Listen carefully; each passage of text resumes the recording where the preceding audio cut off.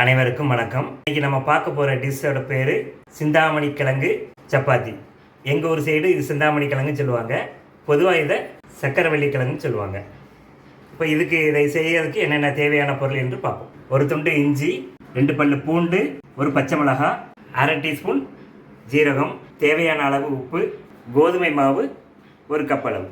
இந்த சிந்தாமணி கிழங்கை வேக வச்சதை நல்ல கையினாலே நல்லா மசிச்சு விட்டுட்டு, அப்புறம் அரைச்சி வச்ச இஞ்சி, பூண்டு, பச்சை மிளகாய், ஜீரகம் இதையும் அதோடு சேர்த்துட்டு நம்ம காரத்தக்கன கூட வேணுன்னா போட்டுக்கலாம், கூடவோ குறைச்சோ போட்டுக்கலாம். இப்போது தேவையான அளவு உப்பு. இப்போ தண்ணி ஊற்றணும் தேவையில்லை. இதில் உள்ள ஈரத்திலே நம்ம மாவை கொஞ்சம் கொஞ்சமாக போட்டு பிசையணும்.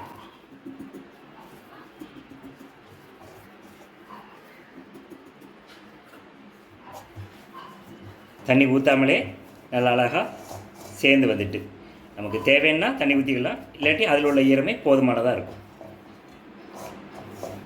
தேவைன்னா கொஞ்சமாக எண்ணெய் ஊற்றி புரட்டிக்கிடுங்க.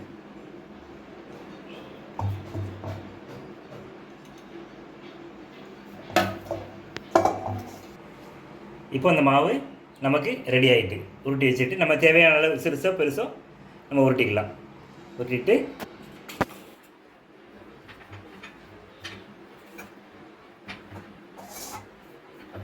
சப்பாத்திகளில் வச்சு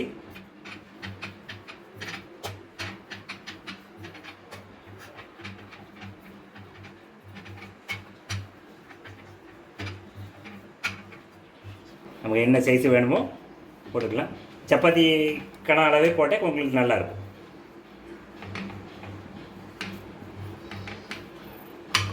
இது தொட்டுக்க எதுவுமே வேண்டாம், அழகாக சாப்பிட்றலாம். பிள்ளைகள் ஸ்கூல் விட்டு வந்தாச்சுன்னா கிழங்குகள் எதுவும் சாப்பிடாது, சப்பாத்தினா விரும்பி சாப்பிடுவாங்க. இந்த மாதிரி நம்ம விதமாக செஞ்சு சாப்பிடலாம். இப்போது கல் சூடாகிட்டு இருக்கு.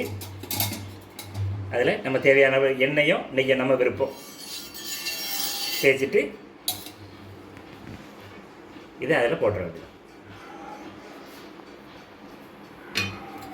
இப்போ இதுக்கு நான் நெய் தான் விட்டுறேன். நீங்கள் என்னன்னாலும் விட்டுக்கலாம், நெய் வேணாலும் விட்டுக்கலாம், உங்கள் விருப்பம்.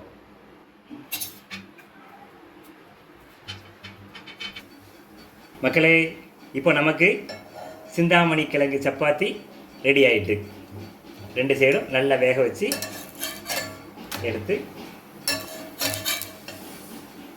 நாம் பரிமாற வேண்டியதான். இதை நீங்களும் செஞ்சு பார்த்து எப்படி இருக்கான்ட்டு கமெண்டில் சொல்லுங்கள். நன்றி.